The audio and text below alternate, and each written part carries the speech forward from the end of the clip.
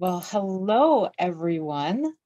My name is Mariana Lea, and I am here together with the Portal to Ascension variety show. I am so excited for this amazing event, the Galactic Shamanism, as we are going to have one of the most amazing lineup of speakers that I've ever encountered, and I am humbled and honored to be a part of this event.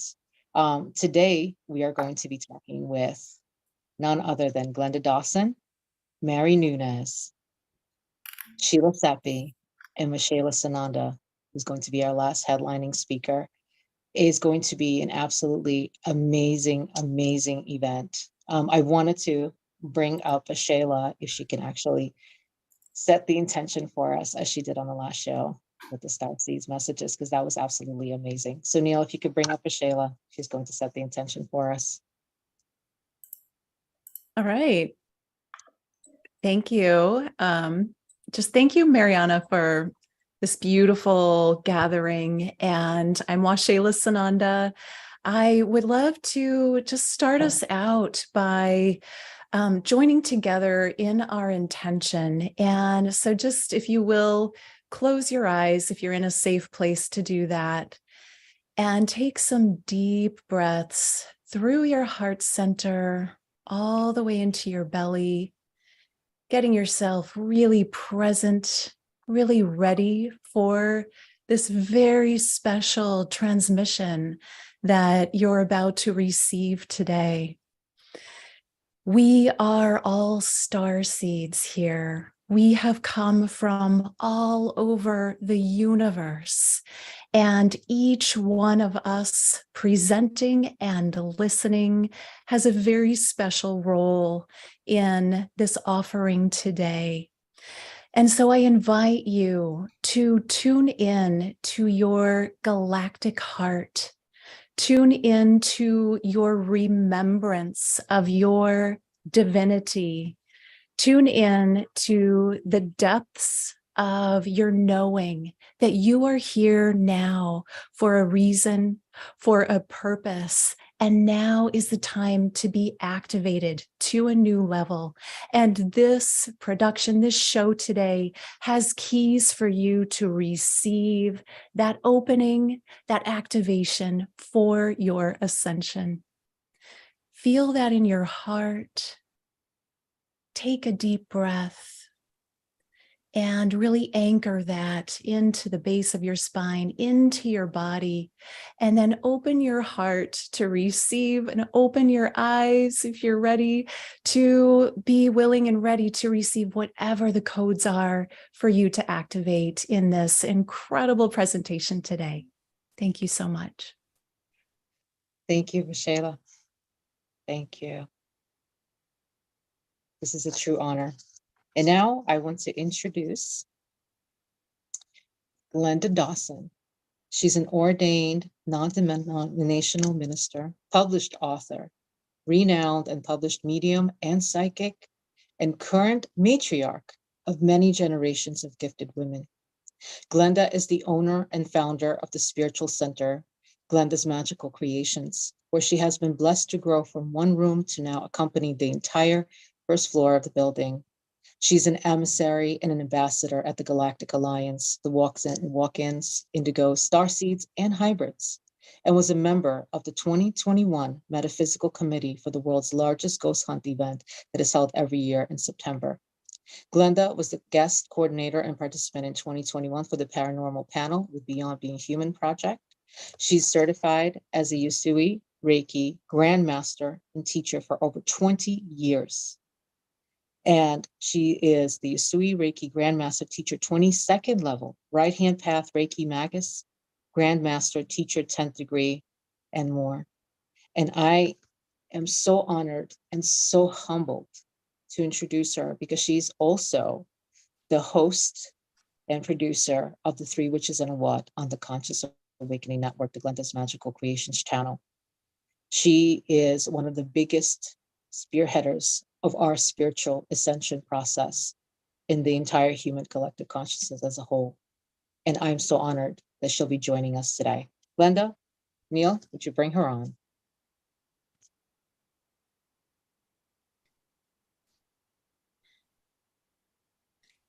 Thank you, Mariana. Making me blush now.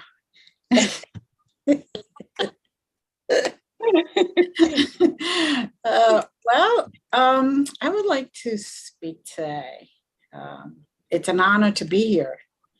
It's when you first approached me, I was ecstatic, and it is something that's dear to my heart. And healing in general is one of the things that I really got a calling for, and I've been honored to be able to accept and continue. I will be speaking about the difference between Earth Shamanism and Galactic Shamanism. And basically, I want to state that Earth Shamanism is a spiritual tradition that uses medicinal plants, incantations, charms, stones, and ceremony to connect with spirit guides, with ancestors, and many other guides and beings to produce healing and travel in consciousness to other levels of reality. This is done in order to treat disease, to clear family issues, to receive guidance on life situations, and earth shamans clear traumas or issues in one or multiple incarnations. Now, the practice of shamanism has been around at least for 30,000 to 40,000 years. And as a cross-cultural worldwide phenomenon, it is part of the human spiritual heritage. The word shaman comes from the Tungus tribe of Siberia and means healer or seer in the dark. Using the strong eye or the third eye, or even the heart, one sees in the dark by means of a technique called journeying. Practitioners of shamanism use the journey to enter visionary states of consciousness and to explore the usually hidden realities known more often through myths, dreams, and mystical experiences. Rather than receiving information secondhand, journeying provides the opportunity to interact and communicate directly with the world of spirit. When journeying, one has access to information, loving witness, and guidance that can be used for personal growth and healing. And of course, not just healing for ourselves, but also healing for others and the community. When one journeys, one usually does so in the company of guides and guardians. Guides may appear as mystical figures, angelic beings, wise women and men, and power animals. And the term power animal refers to an animal that volunteers to protect us, to keep us healthy and safe, and to help us connect with the loving energy of the universe.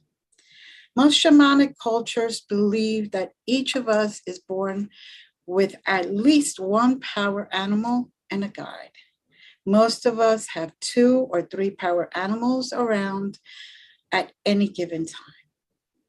Indeed, though, sometimes it appears that some seem to have a whole zoo of animals, and that is okay. Other guides may come and go as needed, not necessarily stay with the shaman the whole time. Earth shamanism is about creating a sacred relationship with nature. Mother Earth helps us to remember that we are interconnected and that everything, everywhere, is part of the great oneness of being. Nature teaches us about change and the natural cycles of life, such as birth, growth, death, transfiguration, regeneration, and evolution. As a healing tradition, Earth shamanism seeks to maintain and or restore balance, both in the individual entities and for the entire planet. All life ultimately one, according to shamanic belief, And the forces of balance, harmony, and intuition must be brought into resonance with one another. We must unite. We must find the balance. Each shaman uses their own knowledge or the knowledge that they have channeled about plant life to bring healing in whatever form is needed. Now, in ancient times, they were well respected and represented the equivalent of a modern doctor, but with knowledge of ancient cures using natural elements in nature. Earth shamans are able to move in and out of dimensions while in the trance. Some are able to travel while maintaining conscious presence in their physical body. Many are shapeshifters, which means that they can assume the form of another animal, a person, or an object in an energetic way. Central to this healing tradition, it is the belief that we must heal and honor our mother, our beautiful, beautiful mother, the earth, who is viewed as a living conscious organism. Shamans say that the sacred female goddess, the earth, who nourishes our very existence, must also be nourished with prayers and ceremonies. Being grateful for all that she provides for all living things, especially humans. When an earth shaman prays, they pray not only for themselves, but also for the sacred relatives, like our mother, the earth, our father, the beautiful sun, our grandfather and giver of light, the fire, our grandmothers, the eagle and the winged ones. Earth shamans travel through spirit realms and to the underworld to not only obtain answers, but to find pieces of the soul that have been lost and help with the healing in making the living being on earth complete and whole. Now, while galactic shamans may perform many of the same rituals, many of the same ceremonies, mediumship or journeying as the earth shaman does, galactic shamans work with off-planet, with non-human guides. Some technicians, surgeons, galactic mappers, and DNA geneticists who work with the human body template, and of course, wisdom keepers throughout the multiverses. Galactic shamans are connected with star groups, planetary systems, or ET races. Some may collaborate with high vibrational beings in galactic sectors. They open and close portals on Earth and in the time-space continuum as they move through stargates that are accessed with DNA vector codes or geometric time-space codes for those dimensions. This is why so many galactic shamans use light language symbols or light language sound frequencies in their work. Many galactic shamans are also starseeds and walk-ins. Galactic shaman travels through 3 worlds with the guidance of and protection of their spirit guides: the underworld, the middle world, and the upper world. The upper underworld is a place of the ancestors, chthonic deities, healing beings, healing in general, demons, and sometimes what people perceive as monsters. It was observed that upon death, the body dissolved back into the earth. So it was concluded that the spirit must also return to the earth, to a place of rest and rejuvenation. There, are also parts of the underworld that are a prison for beings that are too chaotic for the middle or the upper worlds. Now, the middle world is a world we live in, the physical world. This is a place of the four elements, of the cycles of life, of death and rebirth, and of course, many life forms that make up our natural world. The middle world consists of two main parts, the physical and the astral, which is also sometimes called the other world. The physical part of the middle world is a reflection of our reality. It is easy to travel there and explore the area because everything looks like what we already know. There is wonderful nature, cities, villages, deserts, and oceans, just about everything we have on Earth. But one must be careful because there are different spirits that live in the middle world.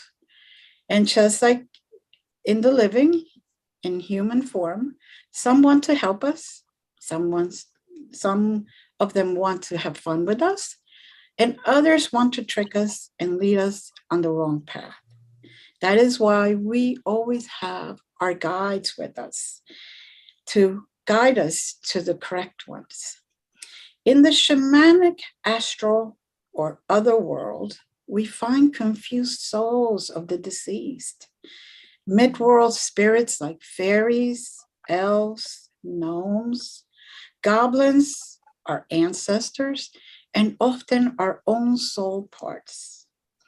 It is not always easy to distinguish one from another. And the other world is not a physical world and therefore has no real appearance. It is basically an energy world. The third world that galactic shamans travel in is the upper world. And this is the most important when you're a galactic shaman. This is the place of the gods and the goddesses, of the angels, of the visitors or extraterrestrials, of the planets, the galaxies, the stars, and other celestial energies. This is the place of creation. And some say that the upper world is the place of the divine. But I believe all worlds are divine.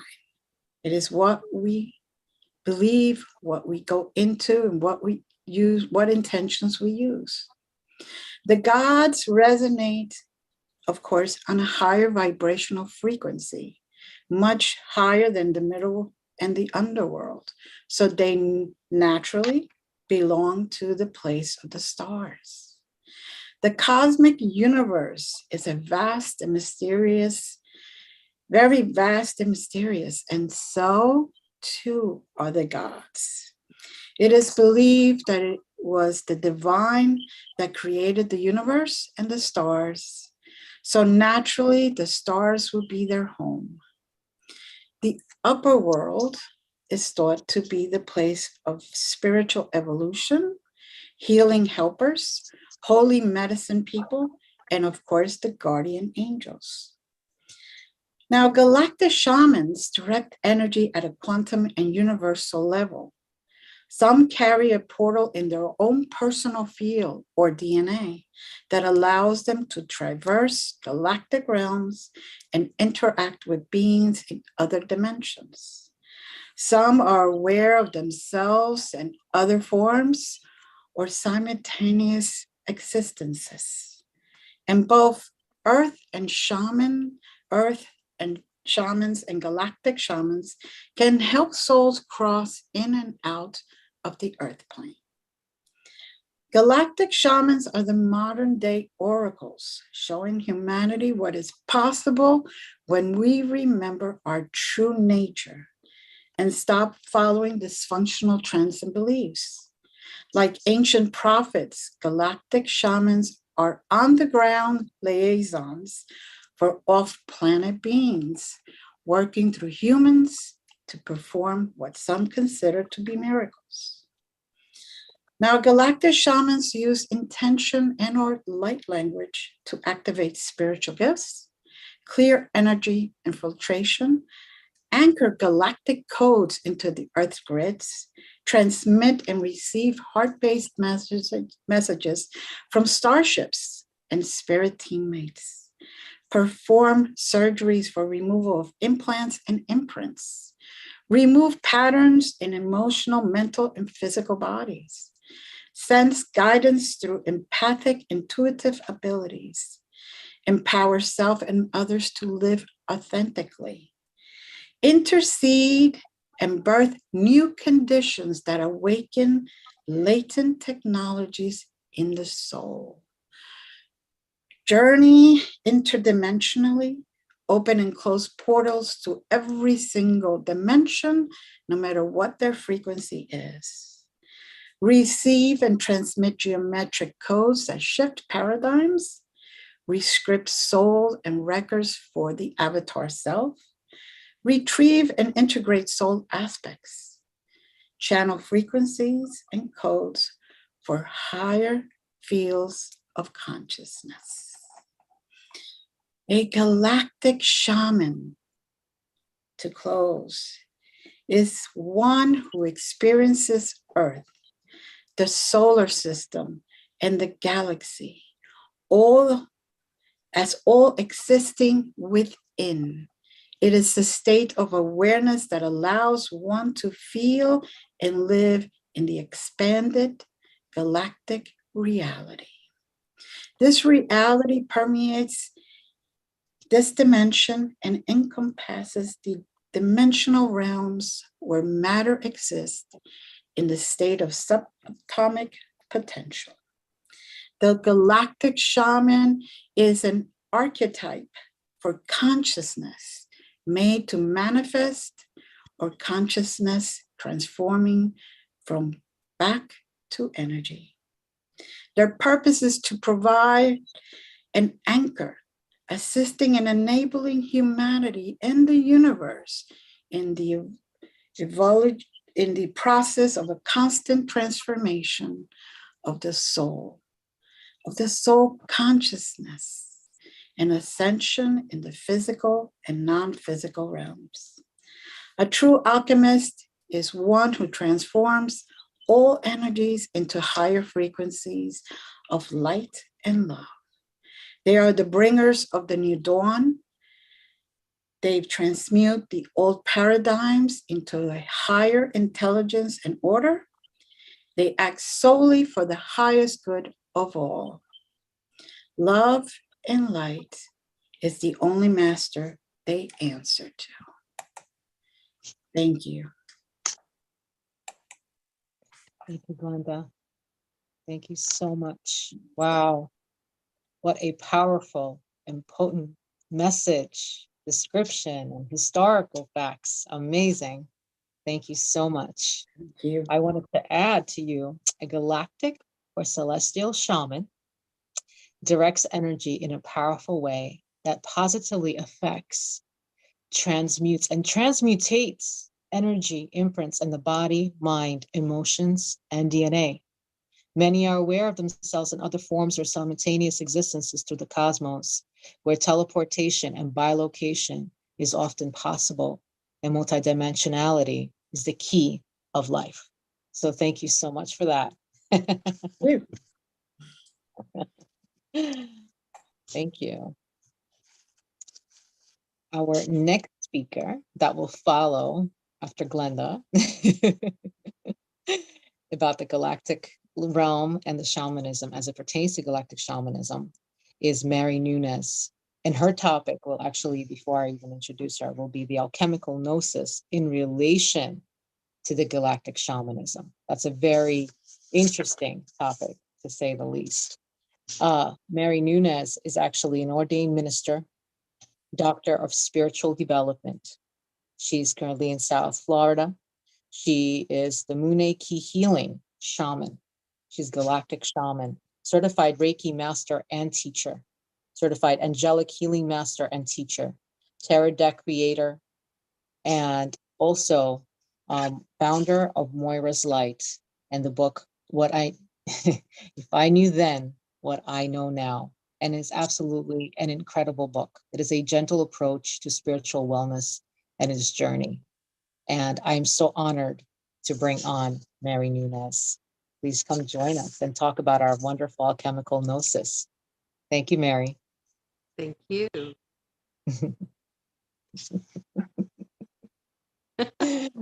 There's so much more things I could say about you, but I figured I put it all into like a small little bundle because it's just infinite things that you have created in your life and how much you've turned everything and your journey into such a beautiful co-creation with the universe. I mean, it's humbling.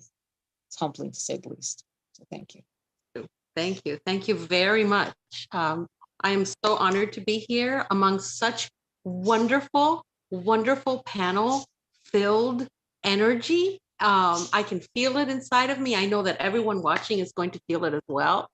And there's a lot of wisdom that is now being shared, not only between ourselves, but we're actually giving it out to everyone out there that is seeking, they're actively seeking information on their next move, which is where we go with our alchemy. Since we are born, there are alchemical changes that we are going through inside the womb. How incredible is that? And then you bring that beautiful alchemical changes, which back in the past, they all thought that it was, oh, it's, you know, we want to turn things into gold. We want to extract gold from humans. What did that mean? Well, now in this day and age, we realize what that gold is.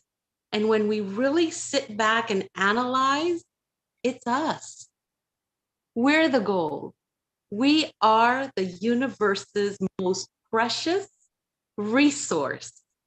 And when you put it all together and you start thinking about, well, as a galactic shaman, how did I get here? How is it that we were led here? Well, there's that beautiful word, gnosis.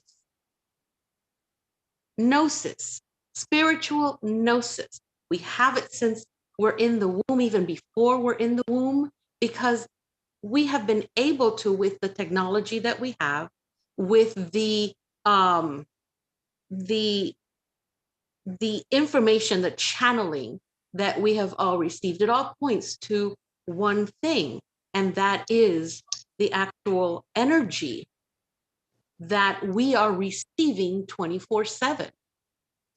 We don't have a wind-up mechanism anywhere in our bodies to keep our heart and our blood flowing or our brains going. This is happening regardless. And this is all part of our alchemical process, internal and external. And when we come in and we start going through our spiritual development and we go through that spiritual hunger and we're kind of taken through a path, this is where we end up at this point where you, let's say you end up as a galactic shaman. And what do you have? What does it mean? What is it that brought you to this point? Well, what brings you to this point is exactly the alchemy changes that you went through and that you're consistently going through and that you're going to continue going through, no matter what dimension it is you're going to end up at. All right. But it's also the body, how the body is understanding and reacting to this divine information. How does it process it? How does it talk to the brain? How the brain and the heart chakras, how do they connect? How do they make that coherence? How do they come together naturally with almost without any help, basically, because earth shamans are going to go, okay, this is what you need to do. Try this. Let's do this ritual. Let's bring you where you need to be. Let's open up the life that you want, the perfect desire that you wish to live and go through this journey in this lifetime. Well, you get this direction, and you start naturally receiving the messages. You start getting this wisdom, and you're wondering, what? How did I get this? How did I come here? It's gnosis. It is the process of your body going through alchemical changes. Your mind is receiving the alchemical changes and making adjustments. Your spiritual side, your spiritual body, also bleeding that energy, that knowledge, that wisdom into your physical body. And then you start to understand and accept how divine you are. You are that gold. You are that resource. You are that which you wanted to be. And this spiritual gnosis, it's not only for the regular earth shaman that I call, it also goes with you from birth to when we leave the meat suit as a whole being to go somewhere else and do something else that is in our path. Because not for 1 minute can you think, and you even believe that gnosis would ever stop you or giving you your next path. We're always on a path. We're always on a journey. And with galactic shamanism, when you're able to sit somewhere normal, I don't go around with my tools or anything. I am the tool. This is where you get the message. Okay, so you can rattle. Yeah, let's go. Let's rattle and disperse energy. Oh, absolutely. This is great. But we're still going into the quantum field. We are still accessing quantum energy. We are still manipulating energy, and we are still in the middle of Earth and heavens. We are still that hollow bone where we receive and we send and begin to receive again so that we can send. We're the middleman. We are that resource to bring heaven to earth. And gnosis, listening for you and telling you and giving you all this information and teaching you with your eyes completely closed, with your ears completely, your hands completely in your ears. You know where you're going. You know what you're doing. And you are able to say, you know what? Guide me. I allow the universe to guide me, because the universe has this beautiful essence, this energy that will always guide you the right way. And when you begin to learn to listen, and that alchemical process finally gets you to that place where ego is no longer in your makeup. It is not anywhere in your cells, in your body, in your atoms, inside and outside of your body. This is where true alchemical wisdom has landed in you. And now this energy is just pure, essential love, where anything and everything is possible.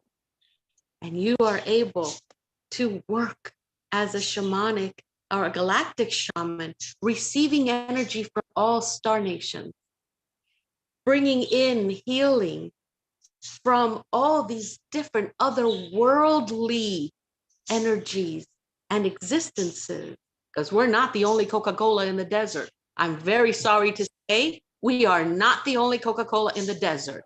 There are many others, okay? We are so incredibly lucky, and we should be honored that we get to this point, which is by no means the end of anything. This is just the beginning, because the more we learn, the more gnosis we allow, the more we allow the alchemical process to strip and dismember everything that doesn't work and create us back into what we need to be. That is how we can look and ask and receive. We are truly divine. And with this wonderful process of stripping everything that no longer works and allowing a clean vessel to receive and to work in the quantum capacity for the healing of all. Because if we heal someone in one dimension, we're healing what? We're healing all. We're healing everything. Thank you very much. Thank you. Thank you. I have a quick question. We still have a minute or two. Okay. So at which point, because I do remember you telling us about the story about the reluctant psychic, at which point did you feel that aha moment?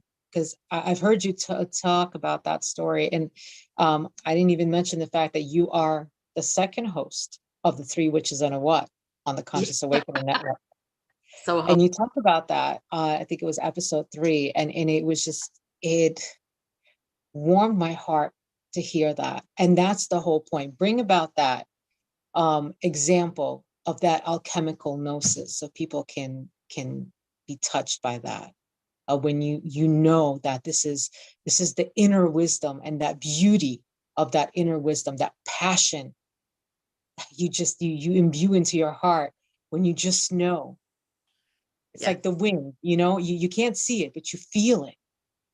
Yes, you do feel it. You absolutely feel it. I was bedridden with my second, almost lost my life. And and my mother, who was the best, still is the best spiritualist, called me on the phone and she said, I'm coming over because there's something wrong. And I never wanted to tell her what was going on. And the woman finally comes to the house. She does this big to-do healing, which at that time, again, I'm the reluctant psychic, but just a new mother, and I'm going through heck and resisting every help that I can get. And she told me, she goes, you're going to feel like you're going to die tonight. But when you wake up, you're going to be just fine. I'm like, yeah, okay, God, in the middle of the night, if I am going to die, I want you to find someone really good for my kids and my husband. I don't want them to be lonely. And then all of a sudden I find myself at 2:00, my son crying, I'm giving him his milk. I am actually able to rock him, get myself back to normal. And when I'm sitting in the rocker is when I said, oh my God, I have no pain. I have nothing. I feel perfect. I called my mom at 2:00 in the morning. I go, Mom, and she goes, call me tomorrow. I know. Just call me tomorrow. Don't bother me right now. And she hangs up. I'm like, how does she know? That's when I came. I said, you know what? No more. I know what this is, and I'm just going to have to embrace this. I stopped resisting. And then it was like, everything came, and I have never been happier in my life. Never. Thank you for that. And that's the story I wanted you to share with our viewers today and those that will be seeing this and hearing this in the future, because it's what we've all been through. We've all been through so much, and we've all learned to use the process of that alchemical gnosis, to use the process of shamanism and galactic shamanism to turn our events, our experiences, our pain into medicine of a galactic kind, of course. Yes, and But it was. right?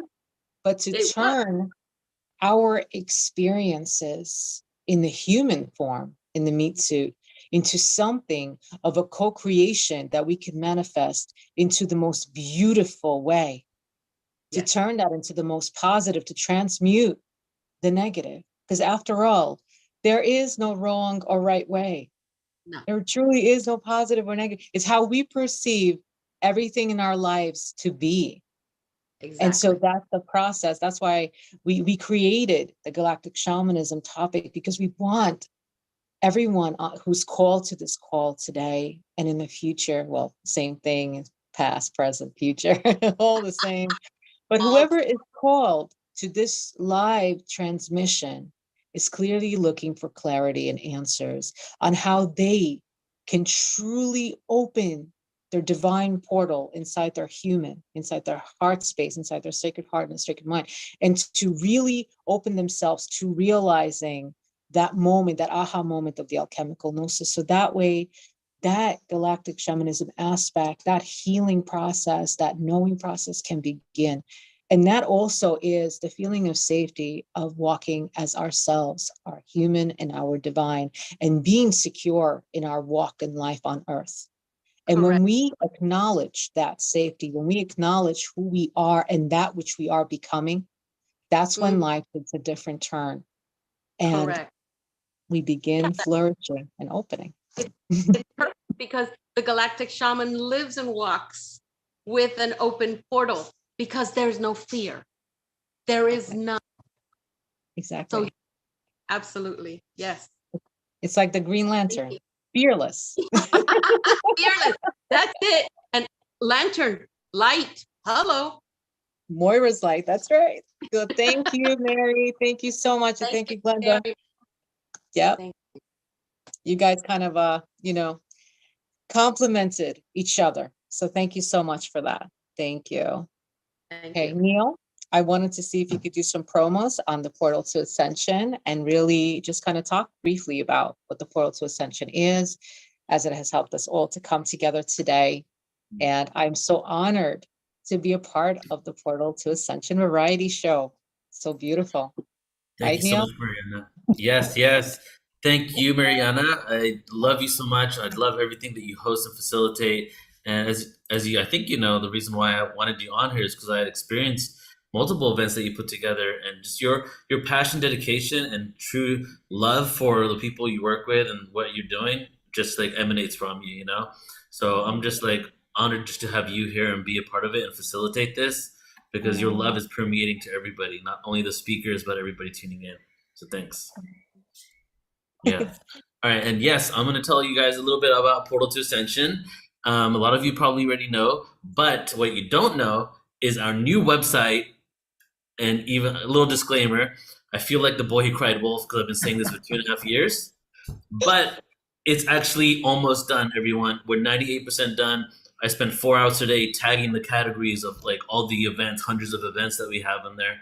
And a new website is going to be launching by March 16th. And I'm letting you guys know as well, we're doing 48 hours, everything free on our website, 10,000 hours of content categorized. So as soon as it gets launched, I'm going to go ahead and email everybody and just be like, new website launch, time to party, everything's free, go and have a field day. And then you guys can give me your feedback. You know, we'll send it out to 50,000 people, email list and affiliates. Then you guys just go check out the site, give us your feedback, let us know if anything's not working, should be working. We put in a lot of energy on this. But as that gets launched, I'm just really excited because I feel like I've been joking with people. I'm saying like as soon as the new website launches, I feel like I'm going to ascend and no longer be able to use my website because it's like this cycle that I've been in trying to get this done. 3 different web developers, you know? So yeah, everybody just look forward to that. It'll be launched soon. What I do want to share with you, yep, Joan is I extremely just want to excited. say congratulations, Neil, because ever since we start working together, it's like any day now, any I day. know. And guys, it's going to be well worth the wait. And wait till you hear about the upcoming adventures that Neil's been creating. Yeah, that we've been creating together. And Yeah, Joan's been along for really. the ride, so she's seen me in my ups and downs and anxiety and all that stuff. So we're both really excited for this. So what I'm going to share, I think I have another time later. So I'm going to share 2 different things today. The one I want to share first is the first event coming up, the first live conference in 2.5 years that we've done, which is the Portal to Ascension conference in San Diego. We have Geraldine, who's on the show today. She's going to be there. Sheila Seppi is one of the sponsors. She's going to be there as well. And it's our signature event. So, you know, we do a lot of events on different topics. But this event, so I'll pull this up here. This event is the Portal to Ascension event. So it's like all the topics combined in one. So what I want to do is just show you guys a trailer so you can get a feel for what the experience is going to be like. So here we go. Oh, nice. After 3 years of having to produce the Portal to Ascension conference online, we have been waiting for this moment. The Portal to Ascension conference is returning live and in person. Join us at the Marina Village in San Diego, California, April 21st to 23rd, 2023. As massive shifts are happening on the planet and hidden truths are being uncovered, we are piecing together the fragmented parts of our existence and timeline. At Portal to Ascension, we are dedicated to full circle awareness of the truth of who we are and remembrance of our connection to the cosmos. This is showtime. There is no holding back. Now is the time for us to harmonize the frequencies and create unity and peace on Earth. We are deprogramming from an outdated matrix system, re-educating and remembering an inherent truth that connects us all. As we come together, we activate our truest potentials, individual gifts, and collective resolve. We are ushering a whole new reality that we know is possible and is waiting for us to embrace it. Join founder Neil Gore and the entire Portal to Ascension team with hosts Alan Steinfeld, Michelle Anderson, and Joan of Angels over these 3 days, April 21st to 23rd, 2023. We will experience musical performances by Larissa Stowe and the Shakti Tribe, Vox Angeles, Share the Light, Admiral Apollo, and Torquemji. This conference features incredible luminaries such as JJ and Desiree Hurtak, Adam Apollo, Carolyn Corey, Robert Schock, Linda Moulton Howe, Robert Edward Grant, Barbara Lamb, and many more.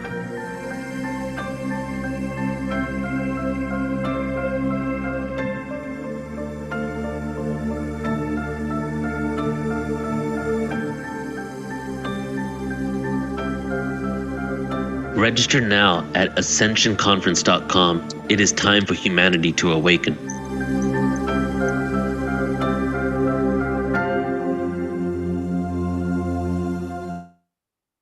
Beautiful. Amazing. Wow. Amazing. You know, I want to say something is that one of the most powerful things about our events is the community.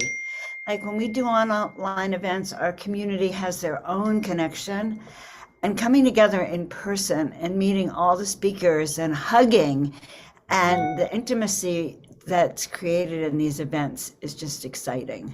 That's why you're all invited.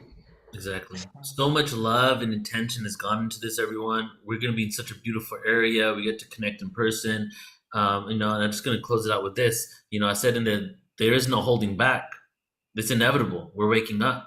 And it's really time for us to step into that and create connection that goes beyond our online digital avatar selves that come and we do these things together in person. So I would love, like, all of you guys are invited to come there.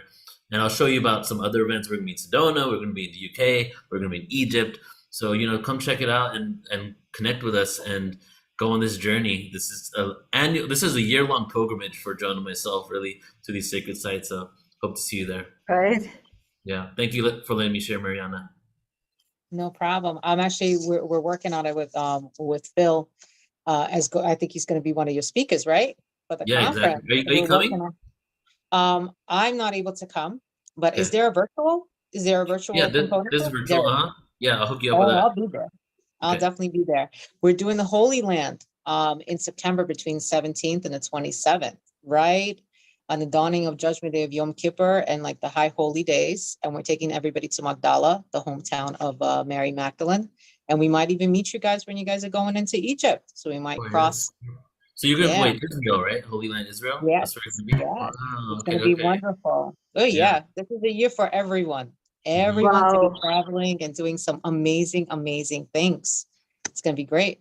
And as you just mentioned, Geraldine is going to be a part of the conference. That's why I wanted to bring you up to do the promo. Geraldine is going to be putting on an absolutely amazing presentation about the DNA. And I look forward to it. That's one of the reasons, because there's going to be so many amazing speakers. So I want to actually introduce, before we bring Geraldine up, Geraldine is a good friend of mine, but I absolutely love and I'm amazed by the challenges that she does, by the work that she does. I've experienced it myself live. She's a clinical hypnotherapist, meditation instructor, instructor, owner of San Francisco Bay Area Meditation, which is absolutely an amazing organization. I mean, she has done so much incredible life transforming work in the field of DNA reprogramming. And she's an ascension coach. I mean, she's been on TV. She's been in so many different appearances. She is an front headliner for the DNA and for the process of morphogenesis. She actually joined us and Neil as we did our process of morphogenesis last year, and it was absolutely amazing. And I am humbled that she's even on this call with us today. So I'd like to, with no further ado, bring about Geraldine, and she could also tell us what she's going to be talking about at the conference as well. Geraldine? Hi, Mariana. Thank you so much. Can you guys hear me okay? Absolutely. Okay, awesome. I Absolutely. just realized that my mic is not really on. Yeah, it is such an honor to be here, my goodness. And as always, Mariana, the things that you do are so deep, they're very heartfelt, and they are profound. You can feel the centuries of your wisdom coming through and the people that are always connected with you. So it's an honor to be here. So yeah, you did the introduction, so I'll just go ahead and jump right in because I would love to share a couple important things with you, and let me go ahead and open and share my screen. Let's hope my microphone doesn't fall off. If it does, it's okay. We'll just keep going. All right, so yeah, let me just come over here. So today I want to add to the incredible shares that we've had already that, I mean, talk and so deeply about these topics that we are covering about galactic shamanism. I want to focus a little bit on the applications of these galactic shamanism and how we are using this shamanic wisdom to access and activate our DNA. Through history, the shamans are known as the ones who know. They are the ones who know.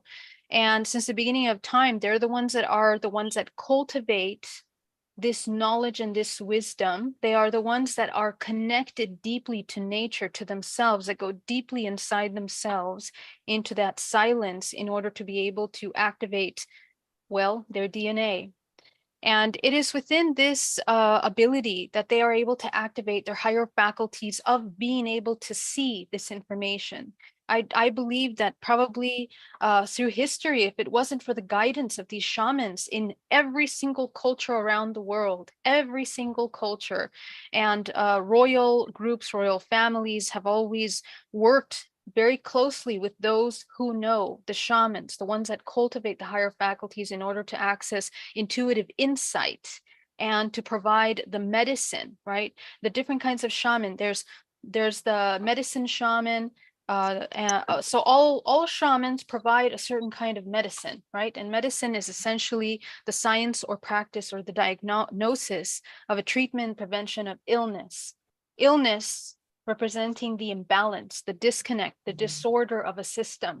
So those who know are the ones that guide back to balance, back to order, back to wholeness, which is what healing means essentially. And here you can see all the different names of the shamans, but through history, every single ancient civilization, they are the ones that connect us to this deeper wisdom and infinite knowledge of oneness.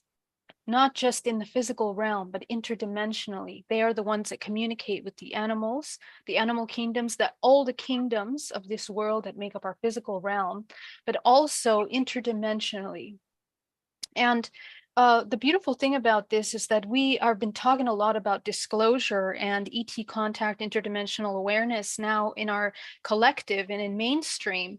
And, you know, but these shamans and those who know have already been deeply interconnected and interacting with the interdimensional realms for centuries and centuries. So I believe what is happening now is that we are activating through our DNA this blueprint of potential creation into the interdimensional. Our DNA is essentially the database. It is the blueprint of all life form. It is the core root of all potential creation in these dimensions.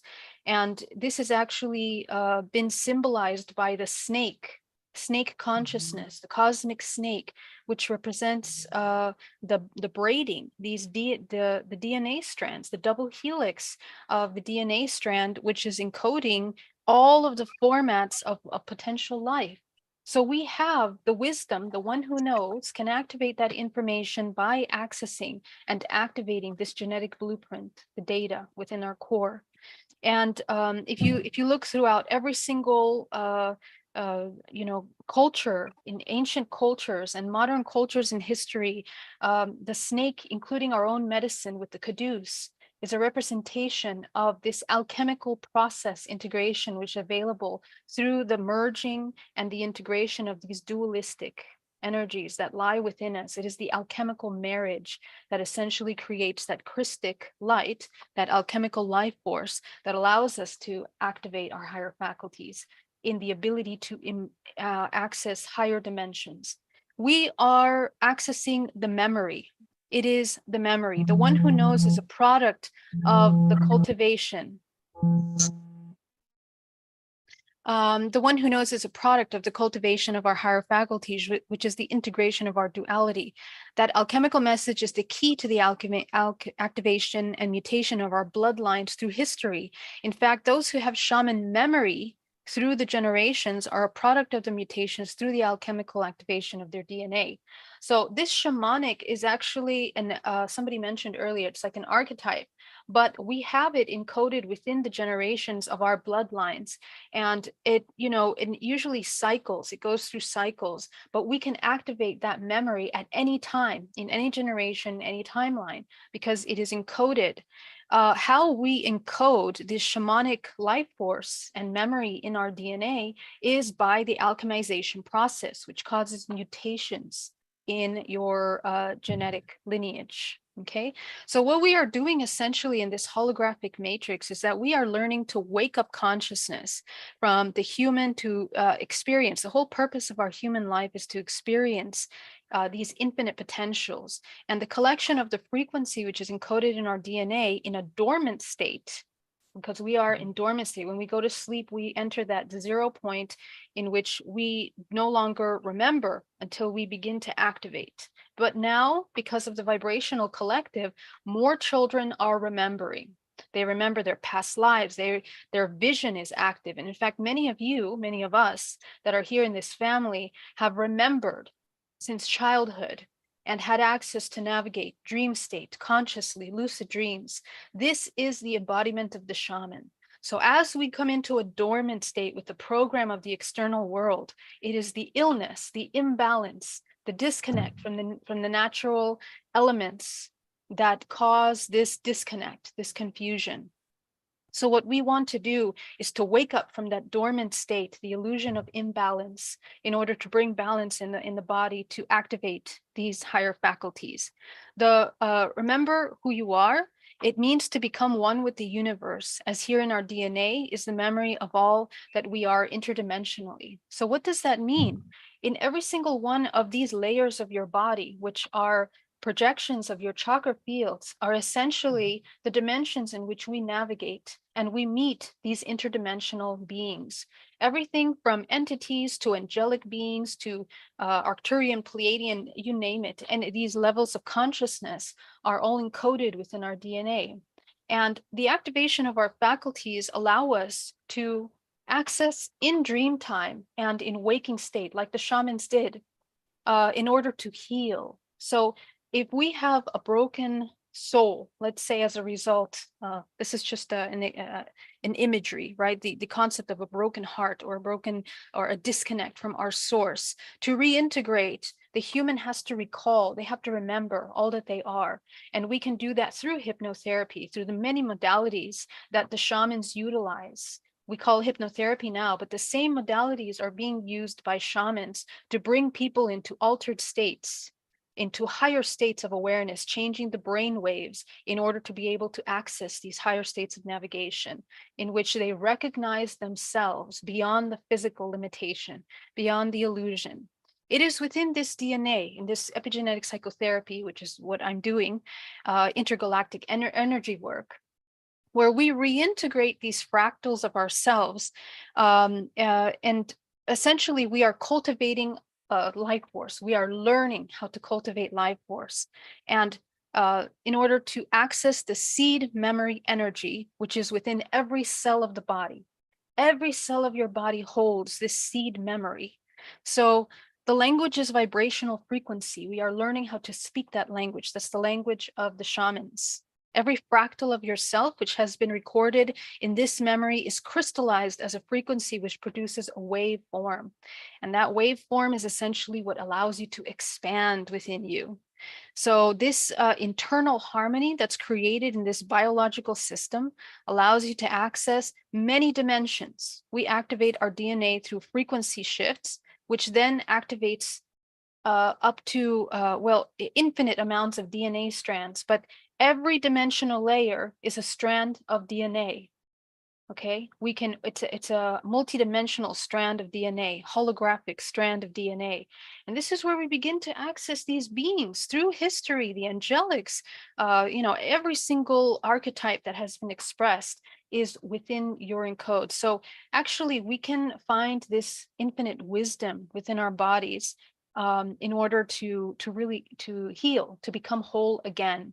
So DNA is an interdimensional portal. And I heard somebody else say that earlier today, which was so awesome to hear that. But the access way into this portal of navigation is through our chakra energy system, the way life force is cultivated through the body, and essentially self-organizes through the chakra system. So when we clear out the heaviness, the dormant state, when we pull out those blockages in the field, which is what a shaman does, and he does it with feathers, he does it with spirit, with many different things that shamans work with the elements in order to remove and transmute dense blockages of energy into white light again. That is essentially what we are doing. And the healthier the human, the higher states he can travel in dream state. The healthier that state of connection, your source chord, you can actually remember your dreams vividly and be lucid, which means that you can master what you're experiencing.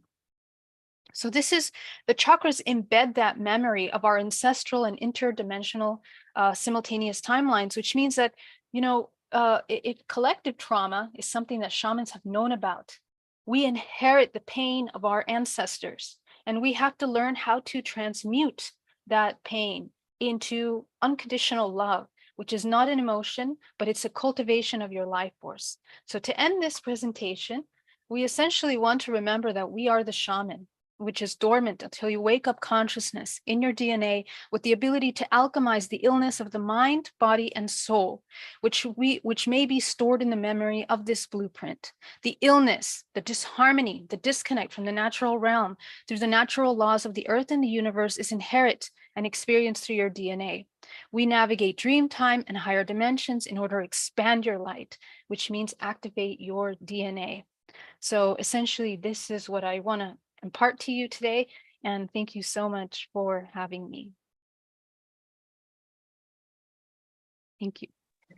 Thank you so much, Geraldine. I could never stop being amazed and magnetically hypnotized by every word that you say, because every word that comes out of your mouth is like Encyclopedia Britannica on a DNA level, because it's like programming, decoding, firing up of key codes and codons on the sub-Q level. And it's just amazing. So that's amazing, Mariana. Thank you so much. And a quick question, are we able to take some questions? I know we have some questions, or we can wait till the end. Yes, we actually have right at the end a time slot of about 10 minutes for questions. Definitely. Absolutely. Can't wait. I just wanted to add to your beautiful presentation. So as you were speaking, I was always amazed and always was curious about the, like the symbol of the snake on the pharmacies, right? Yeah. So I looked it up as you were speaking, and it's actually really, it's interesting because it says it's the rod of Asclepius, symbol of medicine, which is according to the Greek myths, Asclepius, the Greek god of medicine, learned the art of healing from both his father Apollo and the centurion Chiron, which is interesting, right? Yes. And then in time, he became so skilled in surgery and the use of drugs that he was revered as the founder of medicine, and a major sanctuary was dedicated to him at Epidaurus, the place where he was born. Now, it was believed that Asclepius had the power to rise from the dead And then the legend tells that Zeus was worried that Asclepius would make mankind immortal because of his healing power. Out of fear, he killed Asclepius with a lightning bolt. Temples were built for Asclepius, and seemingly dead serpents were found inside. Incredible. So happy you found that. That's what we're doing. We're rising from the dead. We wake up from that dormant hypnosis into the wake up of consciousness. So I really love how you said that. Thank you. I was also thinking of the Kundalini and the base of the spine and the adamantine particles, and how, because I teach Kemetic yoga, and how the belief system that is over 5,000 years old actually predates it, and says that every core root the Egyptians believed, anything to do with the spine, even a millimeter off center, could actually mess with the DNA and mess with the activations of certain parts of your DNA. And that would lead way to other illnesses or dis-eases. Interesting. Yeah. Very interesting. Yes. Yeah. Wow. Amazing. Thank you for sharing that, Mariana. Absolutely. Thank you. And following this absolutely amazing presentation by Geraldine, Neil, we will be introducing our live entertainment. Our wonderful guest is Haruko Blue Star Child. She's a multi-dimensional artist and designer, author of children's books, Native American flute player, sound healer, a nature photographer, and spiritual cheerleader and spearheader, just like everyone on this call. I am so humbled and so honored because I have heard Haruko's incredible music. Her music is just astonishing. It is music to the soul. On a DNA level, I'm sure Geraldine and myself would agree that when she plays, the music activates the cells within the body and activates certain portions of our DNA to open it. It's so healing. It's so powerful. It activates within the nuclei and the mitochondria on a cellular level. So I am so proud to be a part of this and so honored that she's here with us as she's going to be performing and showing and sharing a screen share of her beautiful art and performing live from Mount Shasta from her art gallery. Hi, Haruko. Hello, thank you so much, Mariana, for the beautiful introduction, and I'm so honored to be here. And so I'd like to share, yes, 3 drawings, and drawings are like this behind me, and they're large-scale drawings, about 1 meter by 2 meter, 40 by 80 inches approximately, and they're all freehand drawings. I have been doing this since 1999. And so first drawing I'd like to share is called Stargate of Golden Age, and I'd like to bring back the video image. Okay. So can you all see it? Yes. Okay. So this one is called Stargate of Golden Age. It was created there in 2010, and there are many ways to interpret, and I'll just let you guys enjoy. The video makes you go into different section of the drawing so you can see the details of them, and along with the video I'm going to share my live music, and it'll be about 3 minutes for this one.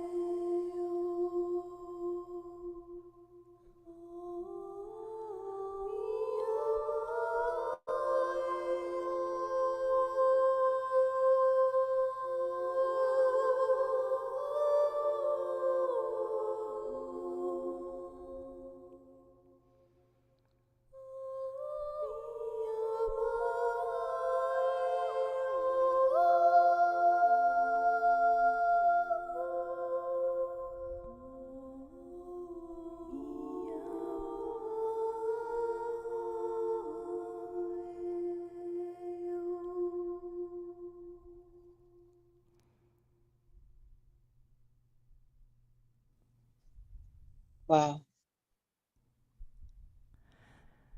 Next one is, sorry. Next one is Pleiadian Rainbow Mothership.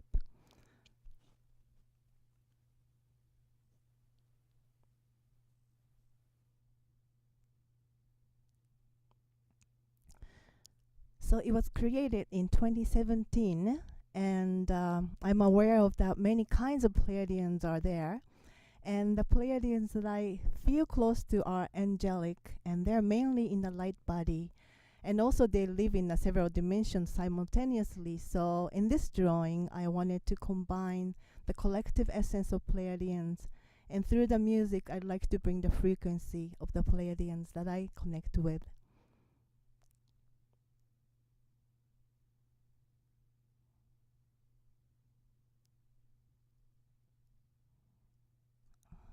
Where is that? Sorry, I'm looking for the video. Here you go.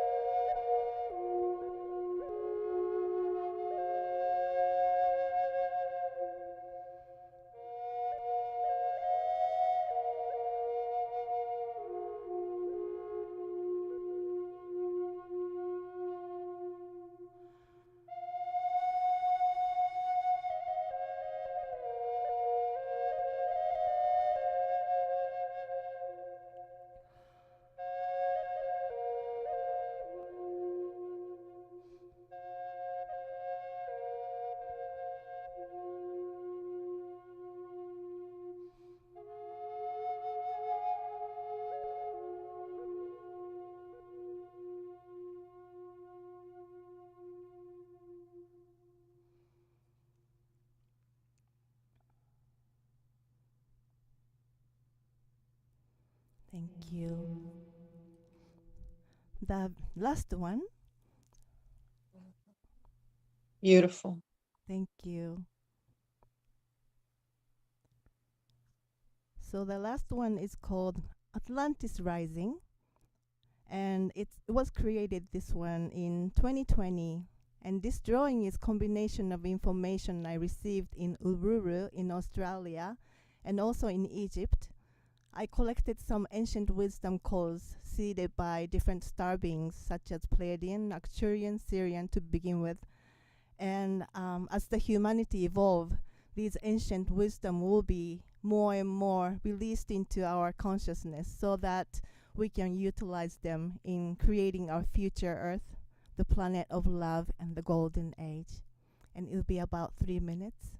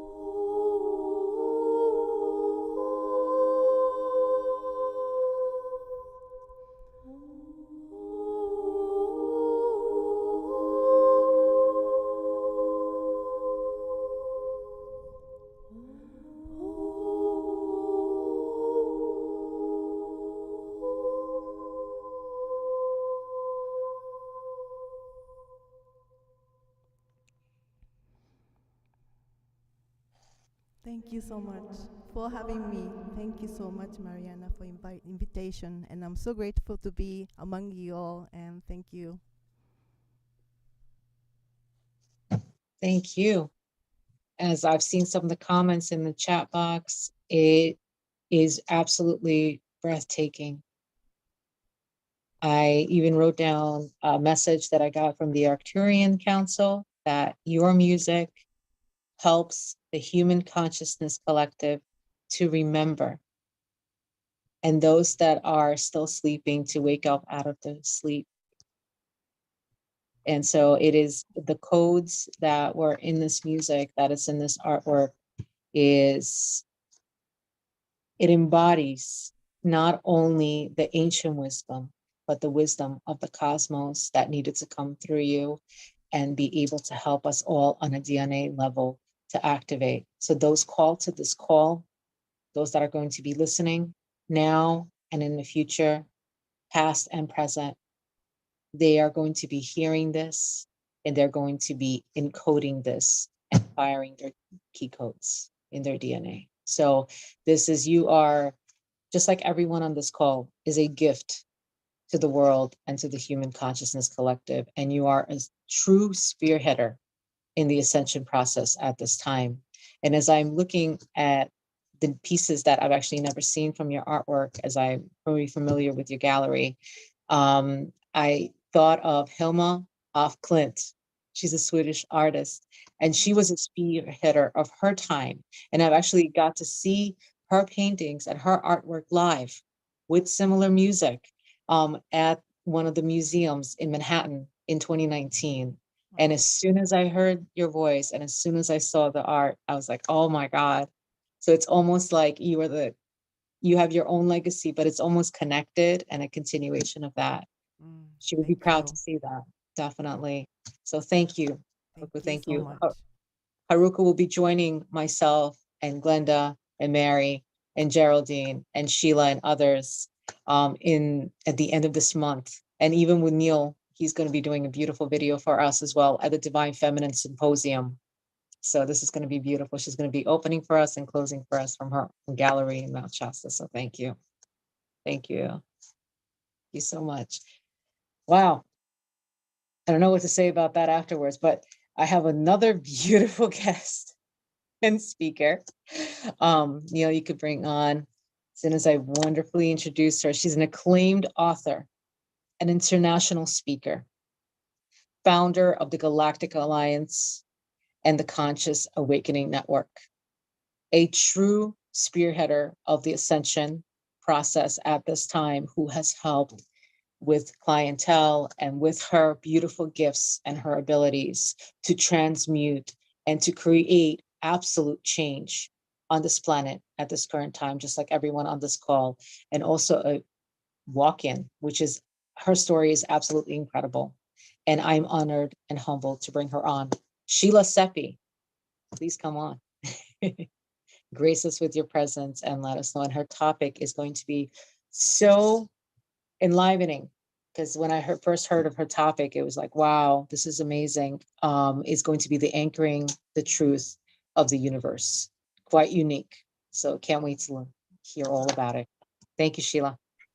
Beautiful. Thank you so much, Mariana, for inviting me, and Neil and Joan, the Portal to Ascension team, for hosting this today. And Haruko, your music was absolutely beautiful. And honestly, I think that it truly sets the stage for the sacred teachings that I'm about to share with you.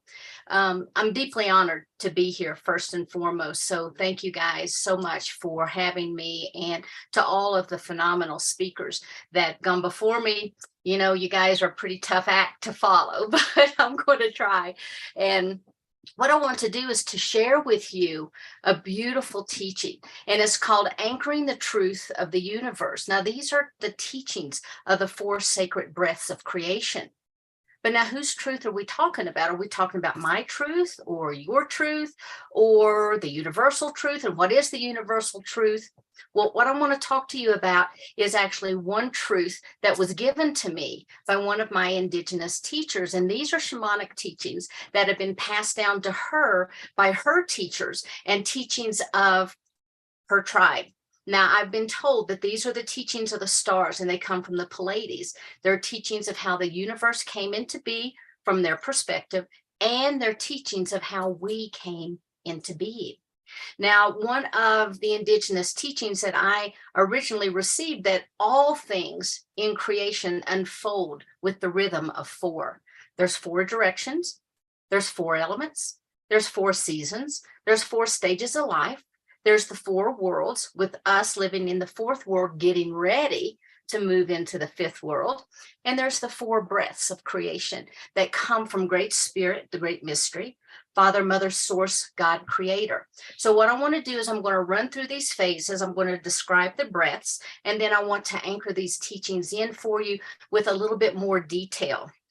So with these 4 breaths of creation, there's actually 3 phases. There's first the in breath of the Great Mystery, and that is equal to the creation process of all things that are being created.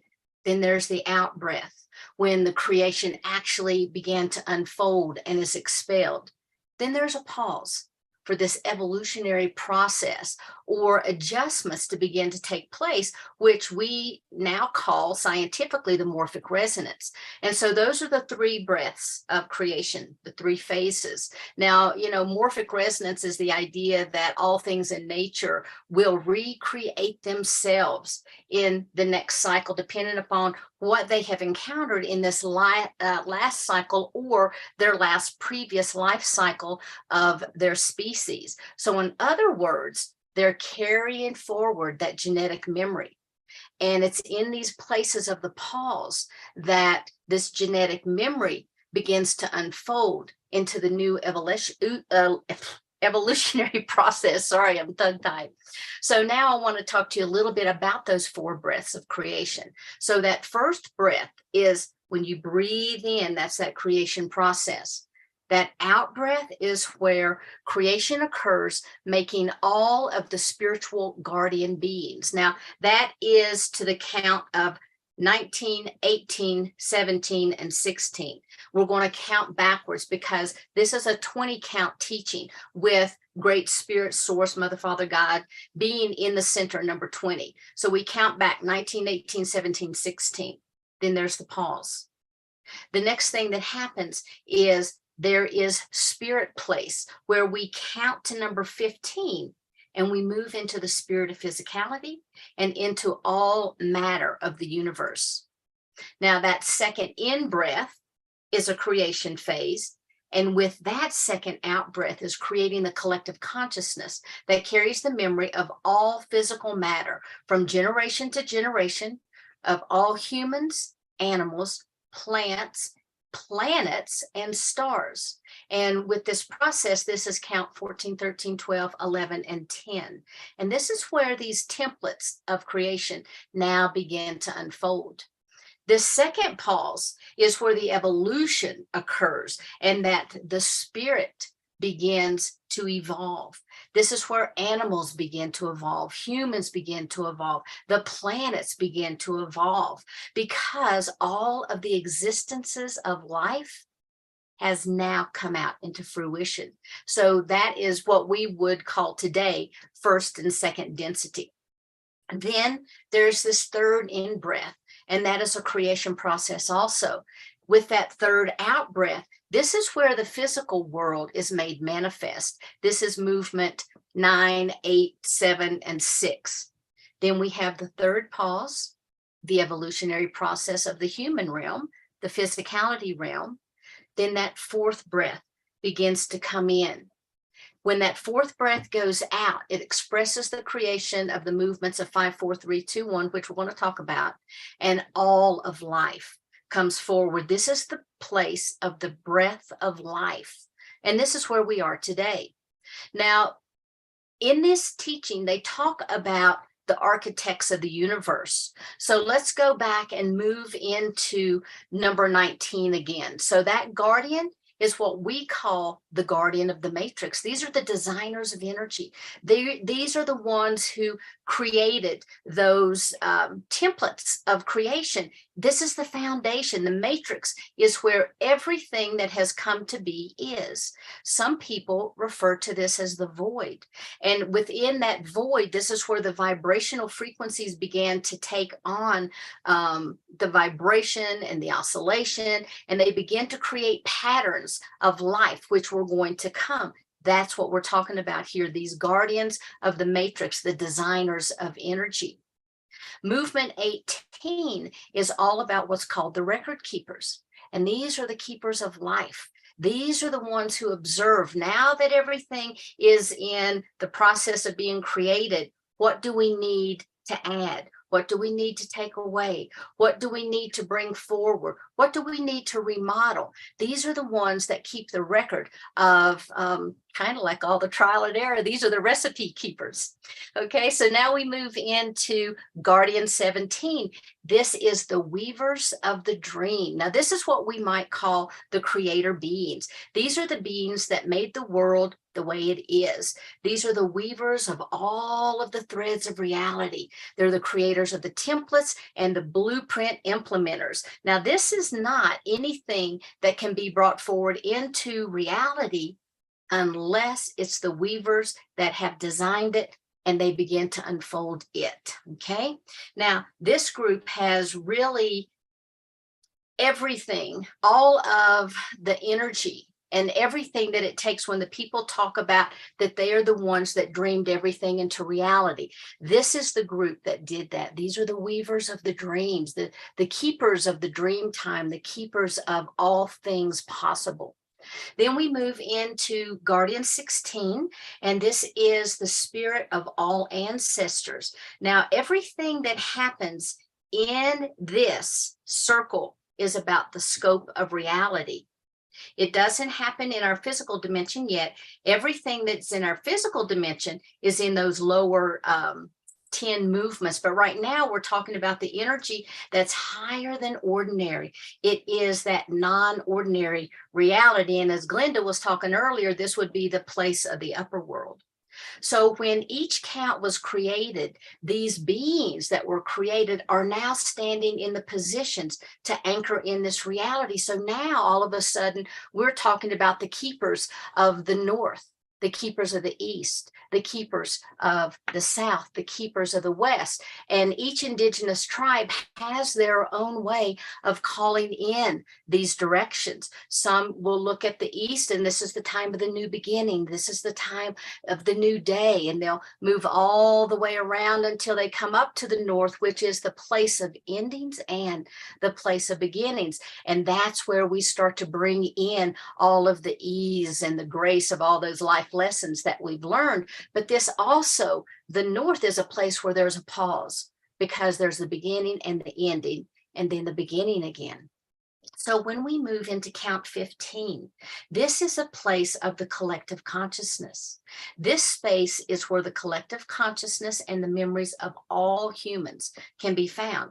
It includes the consciousness of every human that has ever lived or ever will live, because everything first is consciousness, and then there's the structure and the form that follow.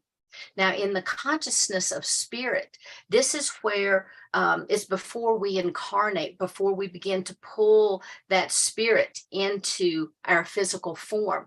And in a way, as when I was taught this is kind of like that father energy, because it's that action-oriented energy. It's the spirit before it incarnates into human form, but it has to have that action component. This is also a place of a pause, because it's the place that the collective consciousness that holds all the memories begins to merge.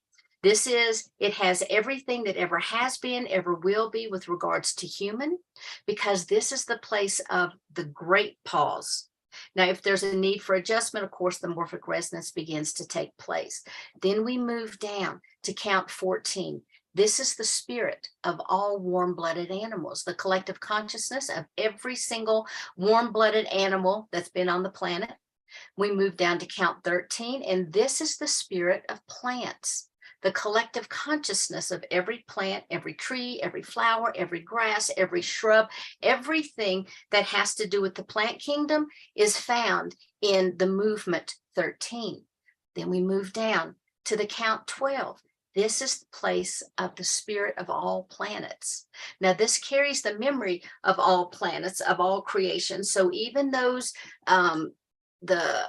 planets that have gone back, that have imploded, that have gone back into universal matter, all of their consciousness is found here as well in the spirit of all planets. Then we go down to number 11, and this is the spirit of all stars. And this carries the memories of the stars of the life cycle of creation, the Big Bang. It carries all the black holes and all the reformation energy.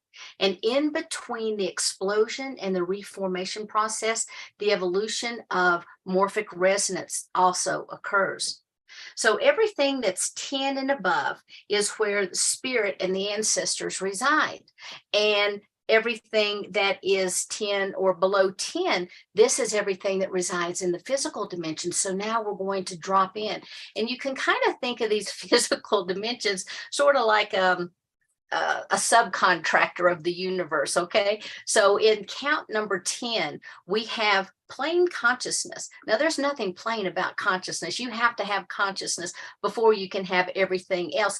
But this is what's considered the crossover point. This is the place of the merging of the physical plane with the spiritual plane. This is the place that all of that higher energy drops into physicality. And this is like a huge shift of the universal energy. We move down to count number 9, and this is the organization of the physical world. I don't know who exactly was in charge of that, but I want to have a conversation with them, because this is the moving energy of transformation from spirit into the physical. And I would love to just sit down and have a conversation with this being sometime, because I've got a big long notebook with questions that I want to ask. Then we move into count number 8, and this is the higher place of consciousness. Now, your own higher self-consciousness is located here. This is the place of learning about the incarnation of the spirit, and it's where we make decisions for our own life. The next movement is movement number 7, and this is what we call dreaming into reality. This is the physical self that is actually dreamed forward by our ancestors. And this is how the decisions are made that's going to impact. This is the place of like our birth plans. This is how we decide how we're going to move through this incarnation cycle. And it's also the place where the physical beingness has been dreamt forward, and it helps us to collectively decide how this world that we perceive is going to be.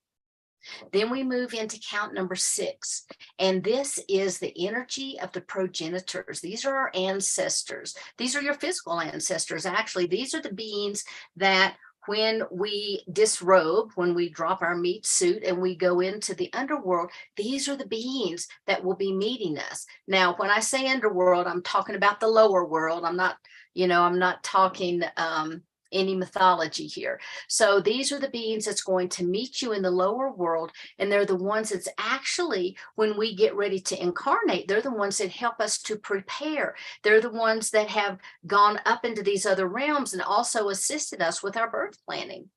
Then there's another huge pause, and this birthplace of what all reality comes in. This is the place of all humans. We move down to the lower dimensional realms, and this is the place of the spirit of the animals. Then we move to the place of the spirit of the planets, the spirit of Mother Earth, and the spirit of Father Sun. And we cannot have life without our Mother the Earth or Father Sun. Now, some of the other teachings that I received is the importance of us knowing this is to be able to walk in a sacred way while we're here on this planet. And in order to do that, we have to be grounded.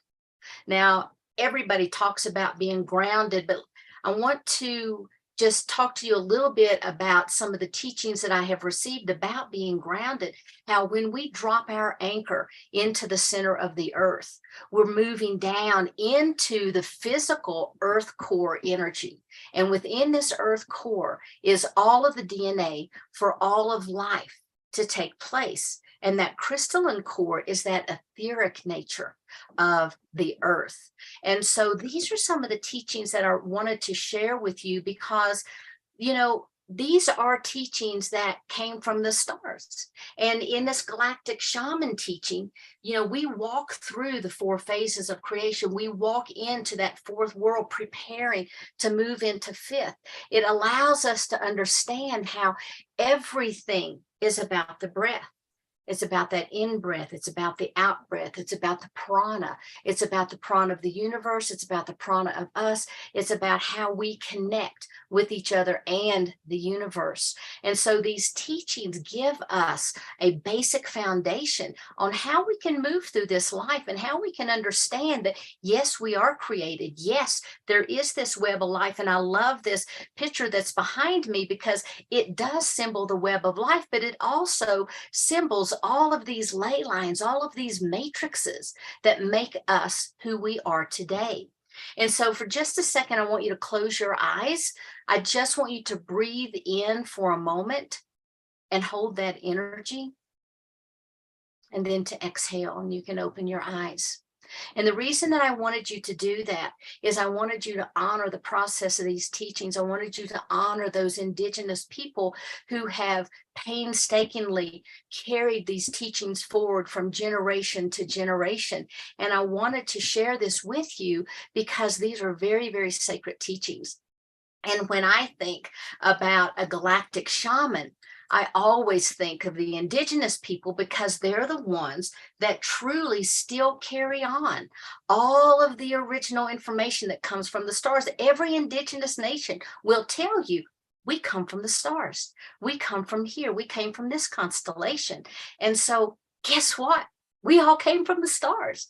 We've all come from the stars, you know, whether we've come in this life, whether it's in our genetics, our physical genetics, or whether we're talking about the epigenetics of our soul. We all carry that energy. We're all made from stardust.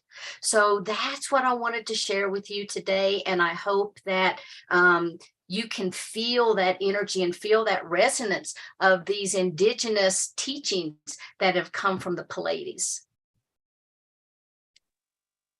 Sheila, thank you so much. Wow. Not only is it breathtaking, it just goes deep into your DNA. And you're 100% right. You can't talk about galactic shamanism.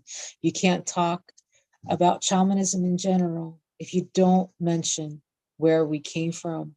Right. And if you don't mention the natives, our ancestors that gave that to us. And it is so true.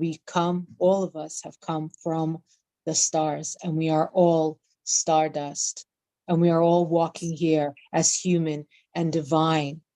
And the process of that is understanding and acknowledging that deep part of you as that connection, that you are together as the Vesica Pisces, which is the sacred geometrical figure, and gave way to all the others, the flower of life and everything else.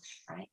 Understanding that you are human and that you are divine, and being safe in walking that and being okay with that. And that's part of our journey. That's part of our ascension. It's not that destination that matters, is the journey. And that's part of our journey. And as you were speaking, I remember Metatron giving me this guidance in the high tides of the pandemic. I remember that distinctly in the pouring rain. He said, the breath is just a transition between dimensions. Yeah. When you said the in-breath, I was like, wow, that is exactly what he was talking about. And I didn't understand it until you began to speak. And as you said that, it clicked. The right. Codon clicked. And that's how we fire each other in the DNA. Thank you. Thank you so much. Thank you. Thank you. And now, it's a hard act to follow, as everyone else here. But our last headliner, last but not least, was Sheila Sananda. And she is absolutely an amazing, she's galactic shaman, embodied ascension trainer, conscious life mentor, activator of spiritual gifts, author, and host of the Alchemy of Ascension Summit and podcast. And thank you, Sheila, for spearheading the way before Waxela.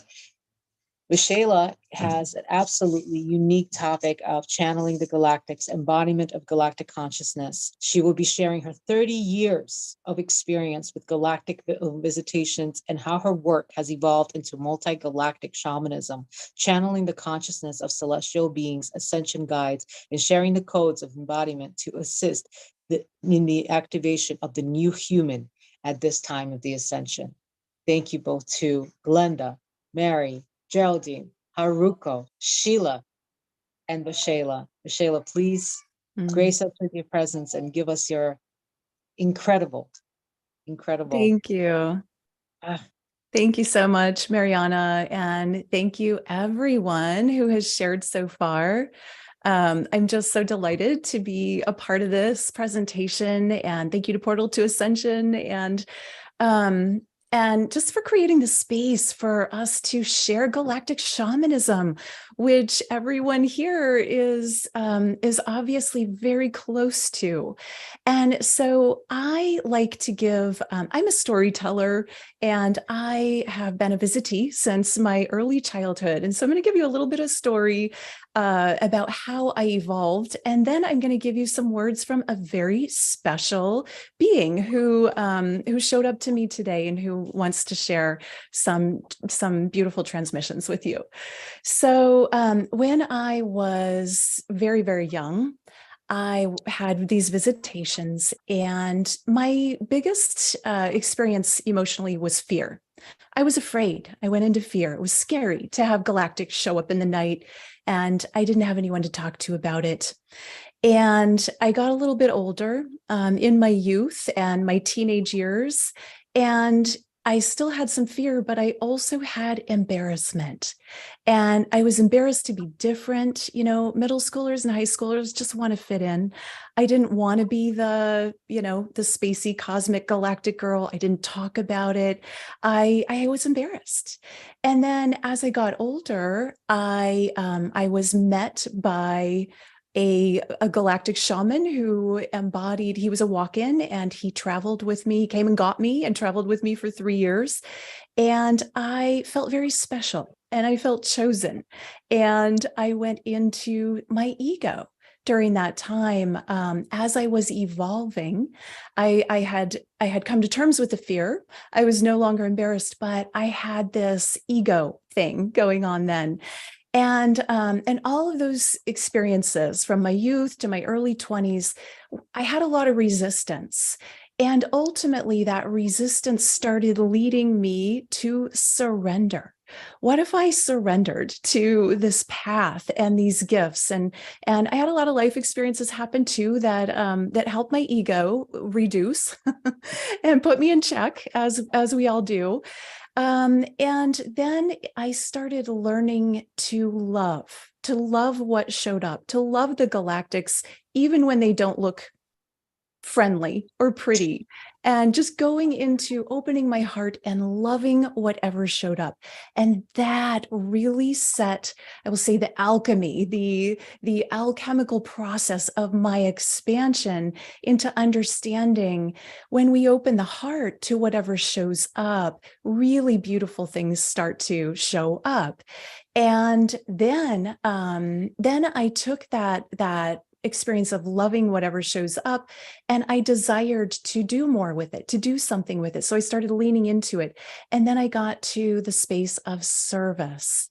And so I went on this journey. It's kind of, I guess, the hero's journey for any spiritual seeker, from fear to embarrassment, to ego, to feeling special, to then to opening up to love, and then opening to service. And that's when I really started to become a channel and be grounded in my gifts and be able to share from a much larger perspective and a more collective version of myself and my own consciousness. And we all have the opportunity to do this and go on this journey. And so now I really give myself to the highest divine truth, however it shows up. And I had yesterday, I was listening to a podcast of Paul Selig, who is an amazing spiritual teacher, and he channels the guides. And something that he said, and I'd probably read it in his books before, but something that was said in that podcast that really landed for me was, what you put in darkness, also who you put in darkness, calls you to the darkness. And I thought about that, and I thought about not only the galactic beings, but the human beings that I have put in darkness, that actually has caused or called me to the darkness. And not that that's a bad thing, but also, of course, the other side of that is what we put in the light calls us to the light. So why not put all of the things that we've been holding in the darkness in the light and see what happens? And this has really been my process with the galactics that have shown up. I didn't always want them to. I learned to surrender. And now I really don't judge. What shows up always has a purpose, always has a reason. And so today I went for an acupuncture session. And I always go places and travel when I'm getting acupuncture. Such a beautiful sacred space. And I found myself out of body, and I was in a space, and Anubis was there. And Anubis is, if you're not familiar with Anubis, he is the jackal-headed god who guards the underworld. In Egyptian mythology, he's known as the one who guards the underworld, and he's pictured with a scale. And on the scale, it has two sides. One side has a heart, and one side has a feather.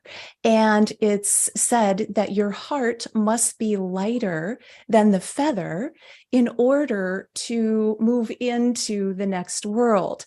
And Anubis is called the judge of that. And if your heart is not lighter than a feather, then you're going to the underworld, or, you know, someplace where you can learn more until your heart learns to become lighter. And so today, in this experience, I was met by Anubis. I've seen him before. He's one of my guides. He works with me, but he was so very present today.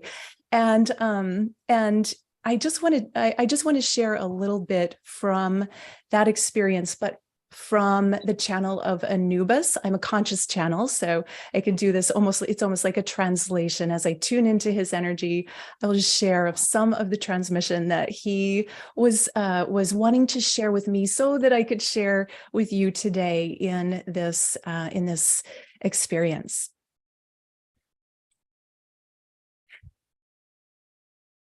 I am not a judge. I do not judge you. I love you, and my scale shows the invitation. It is an invitation for you to lighten your heart. Let your heart rise up on that scale, and let the feather come down so that your heart is lighter, so much lighter than the feather. This is not for the sake of judgment. This is for the sake of joy, the experience of being a human embodied, being a galactic being embodied as you are, as humanity, is such a special gift. Enjoy your gift of embodiment. Being galactic embodied, you are the cosmos, you are the galaxy, you are all of the galactic beings that you have ever seen and ever witnessed, and so many more that you have not seen and don't even know the names of.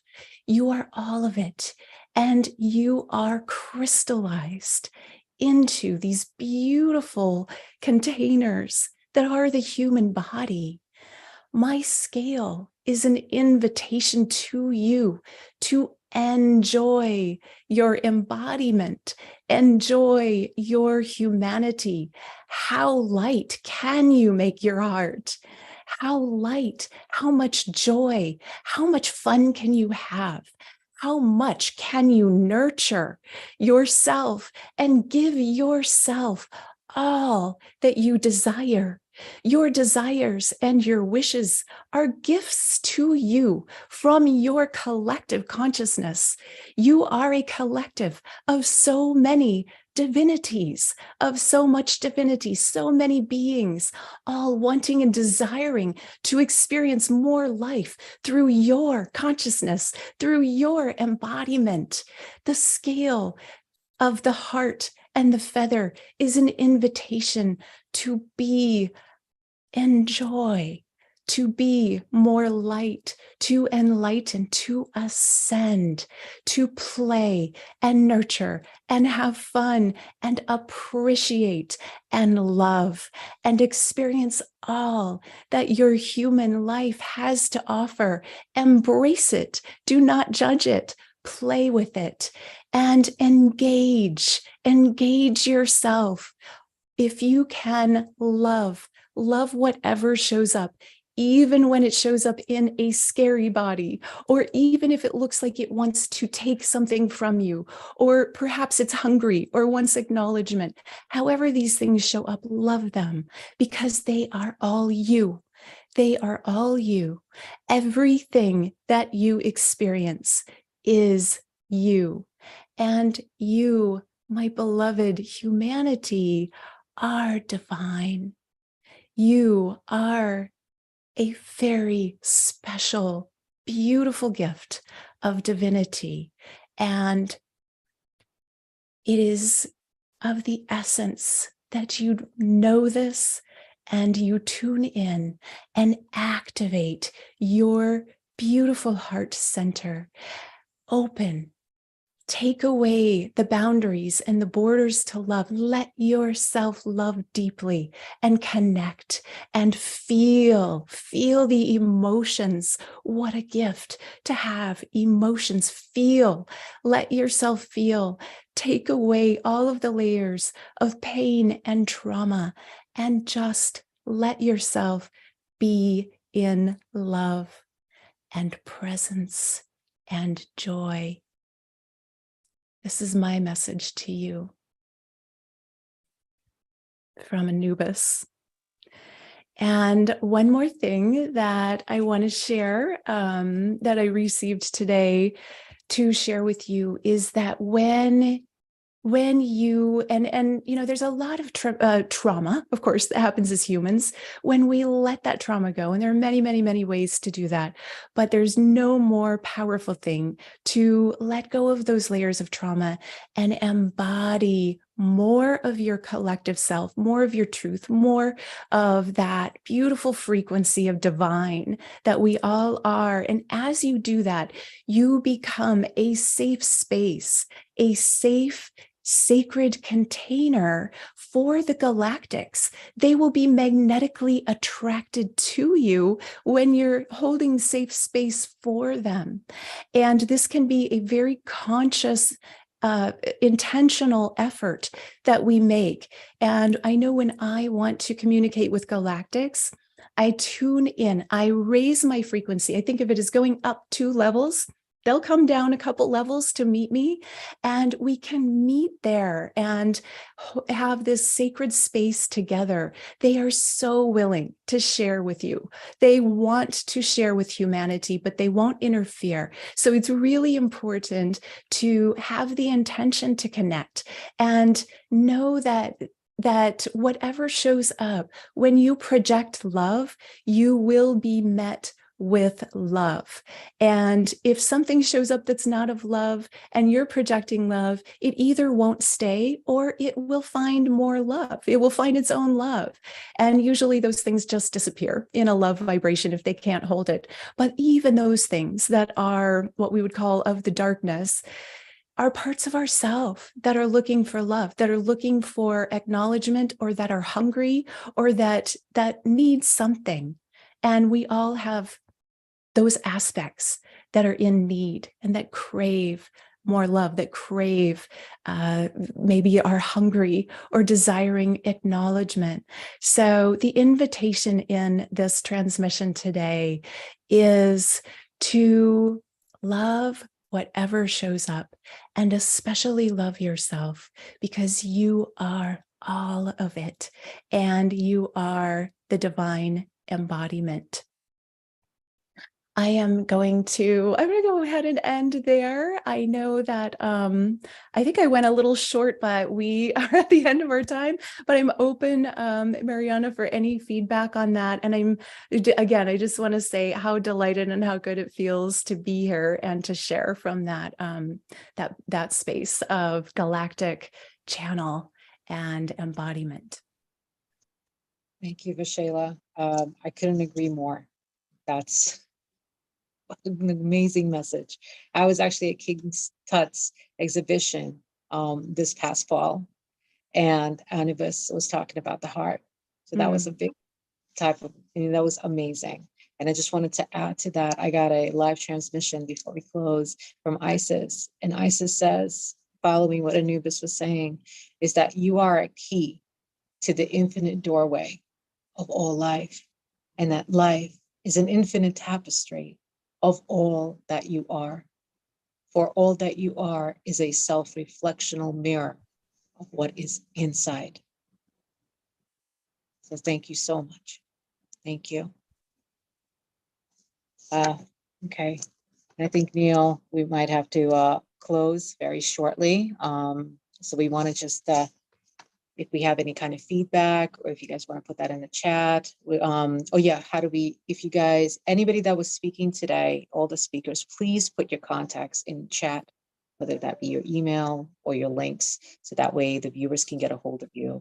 And from the bottom of our hearts, from Portal to Ascension Variety Show, we just want to say a big thank you to Glenda Dawson, Mary Nunez, Sheila Seppi, Geraldine Orozco, Haruko, and Waxela. Thank you so much.